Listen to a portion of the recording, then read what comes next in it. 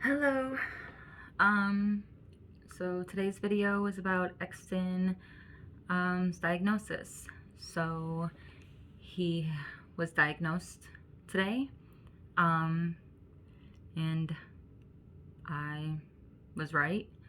Um, he was, I don't know why it's hard. I don't know why it's hard because I already knew. I've already known for a while now. But Exton was diagnosed with autism.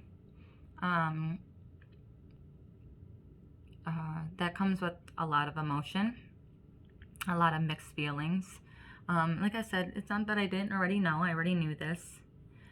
But I think when it's official and the doctor actually says it, it's it's not an easy pill to swallow. I'll say that. So Tom's having a hard time today. He was going to make a video with me, but I just don't think he's ready for that. He's kind of shut down a little bit. Just sad to see. I could see that he's got a lot of emotions that he's got to process it in his own way, which it's heartbreaking for me to see. Nothing's changed. That's my thing. So I haven't been able to talk to him really yet. I want to talk to him, and I want to remind him that nothing's changed. He's still the same boy that he was yesterday. It's just hard for me to talk to him right now, to see him pretty upset. It makes me upset. But I'm happy, like I said, that he has come such a far way. I couldn't be happier with his progress this past month, and I think that it couldn't have came at a better time, because with a diagnosis like this, you do worry about his future. You have a lot of thoughts and worries and a lot of mixed emotion, but because he has progressed so much in just 1 month, I know that he's gonna do fine. He's gonna be fine. I know he's going to have some battles. And he's gonna have his up and downs. But what I do know is that he's got two amazing parents, and that whatever struggles he may go through or may have, that Tom and I will always be by his side, and will help him fight his battles and help him overcome his weaknesses, and to remind him how funny he is, and honestly how smart he is. And he's just the most amazing kid that I personally know. So I'm gonna remind him that every day, that I wouldn't have Exton any other way. I truly wouldn't. He's taught me already so much. He's changed me into a better person, and so he's already done so much for me, and what I can do in return for him is give him that in return, is just to help him learn different things, and help him fight through his battles of up and downs. And it's not, like I said, I'm sorry, I'm just so mixed in with emotions. It's hard for me to get out my words sometimes. And I can't really tell you how I'm feeling, because I'm not sad about it. I'm not.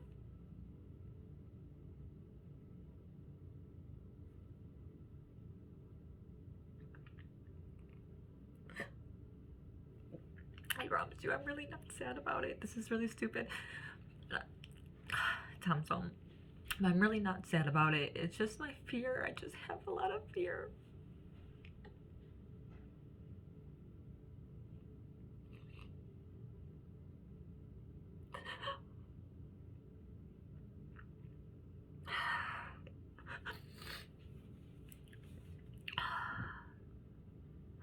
I just have fear for other people being mean to him or not accepting him. So that's my only fear with him. I know he's gonna overcome everything. That everything that goes, every little hill that's in front of him, he's gonna climb and he's gonna get over. I know it because I've seen it. He's already done so much already now. So I already know that he will. That he'll be successful and he'll be happy and he's healthy and he will overcome every little obstacle that will come his way. I just have fear for other people. Like I just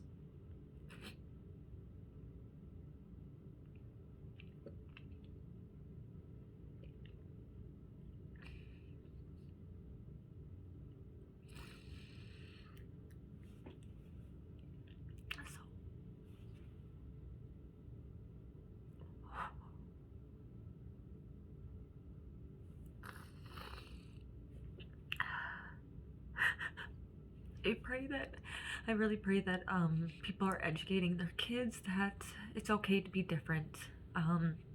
Don't teach your kids, like I heard the other day, that nobody's different, everybody's the same, and you treat everybody the same, because that's not the case. And it's okay to be different. You can teach your kids that people are different and it is okay to be different. But yes, you teach your kids that that everybody has a heart and everybody has feelings. So you don't be mean, but don't teach your kids that people aren't different, because people are different and that's okay. People have different skin color. People may look different. People may act different, and different is okay. And just remember that, everybody has a heart. Everybody has feelings, even if they don't show it, even if they're unable to express it.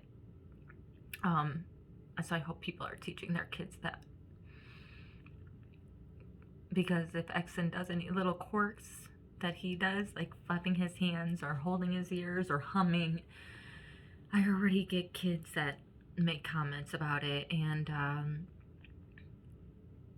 my hope is just that people are explaining to their kids, that, or instead of staring, teach your kids to ask, because it's okay to ask. I'd rather somebody, for me, or for Exton to explain, or for me to be explained for him if he is unable to, rather than him being judged, so yeah, but again, Exton's got two amazing parents. I know that he's gonna do well. He's gonna, I don't know what the future holds.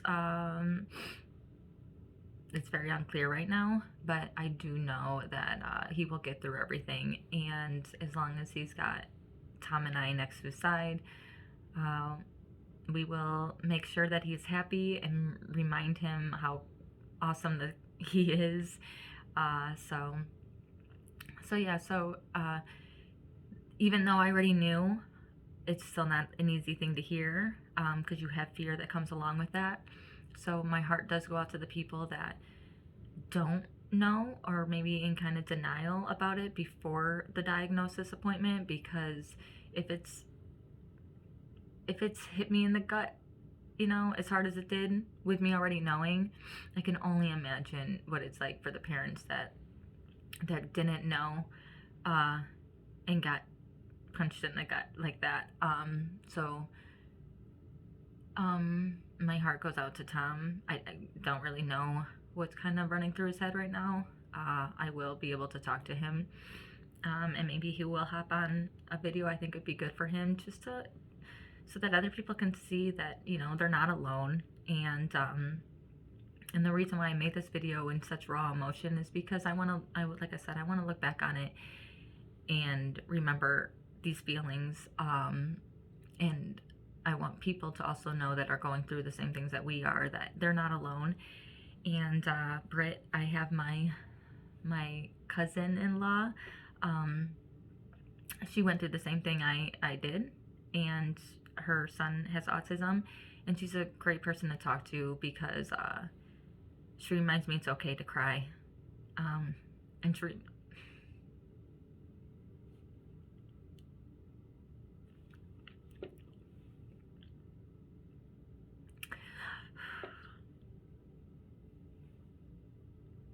I think that's a big one. That's a really big one. It's like a crazy crying feeling because it's not, again, it's not that I'm sad. I'm not sad. It's just a really big mix emotions of fear. I can't even explain it, but I'm not sad because he's such an amazing kid, and I know that he's gonna be happy. I just know that there will be some obstacles he's gonna have to overcome, but he will, and I know that. And with this diagnosis, it helps me open the doors for help that he may need, and so a diagnosis was necessary. But yeah, to have somebody like Britt talk to me, and one of Exton's therapists, his DT therapist, Kara, she, oh, God, I tell her all the time how thankful I am for her, because she's always she always says the right thing at the right time when you need to hear it, and she goes way above and beyond. You can tell she really truly cares about us and Exton. And she reaches out, like she reached out yesterday to, tell us everything's gonna be fine. And, she was the first person, honestly, I told about his diagnosis. And, I know that that's not an easy thing. What do you say to somebody really at that point? Unless you went through it yourself or you've seen it. And Kara just has really just the best things to say to you. And she's literally like, I'm so thankful for her, and I'm thankful for Britt, to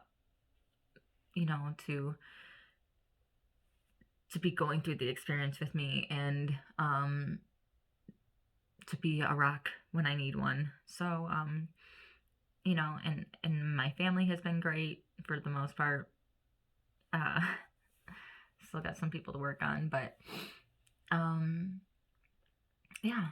So maybe Tom will be able to hop on at one point after he processes everything. So that's kind of where I'm at. I'll make another video a little bit later. Maybe talk a little bit more, but right now it's just, that's just kind of where I'm at on things. I have a migraine. I've had anxiety today. Can't explain to you why, but I do know I have a headache caused from anxiety and all that stuff. So right now, Tom and I are just kind of, I don't know, being low key, I guess. But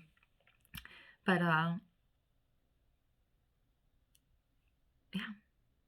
But everything's good. Please don't apologize. Please don't say that you're sorry to hear, because it's not a bad thing. It's not a bad thing. It's really not. It's just, it's Exton. It's Exton, and Exton will have some obstacles to overcome, but nothing's changed. He's the same boy he was yesterday. And you guys have already seen and heard all of his stuff that he's overcome already. So he's only 2. If he can overcome that stuff at just the age of 2, then God, I can't imagine what his future has in store for him. He's gonna be fine. Everything is good.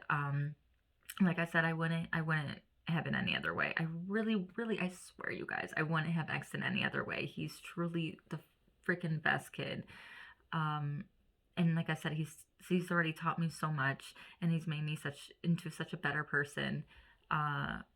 And every little thing that he goes through and that he accomplishes, it's just like when I couldn't get pregnant, you forget the little things that you take for granted, and when I struggled getting pregnant, I really, really, um, when I was pregnant, I really enjoyed every moment of pregnancy because I worked so hard to get pregnant. And it's the same thing with Exton. It's just things that other people take for granted. When he says or does a simple thing like hand us the remote when he wants the the channel changed, that's a big deal, and it's progress. And when he I just started doing, we do this thing in therapy where it's like, you did it. And you put your hands up. And now when I say you did it, he puts his hands up at the end. And it's just little things like that. A lot of people are like, cool, that's great, but honestly, like,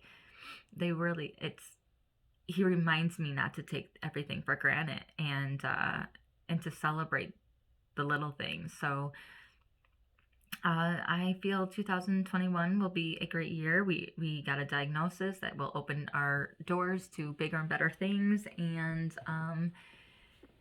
it was great. We had a great doctor, I felt like, because we were on the same page. He was against having therapy 40 hours a week, because ABA does have therapy that's 40 hours a week, some of it.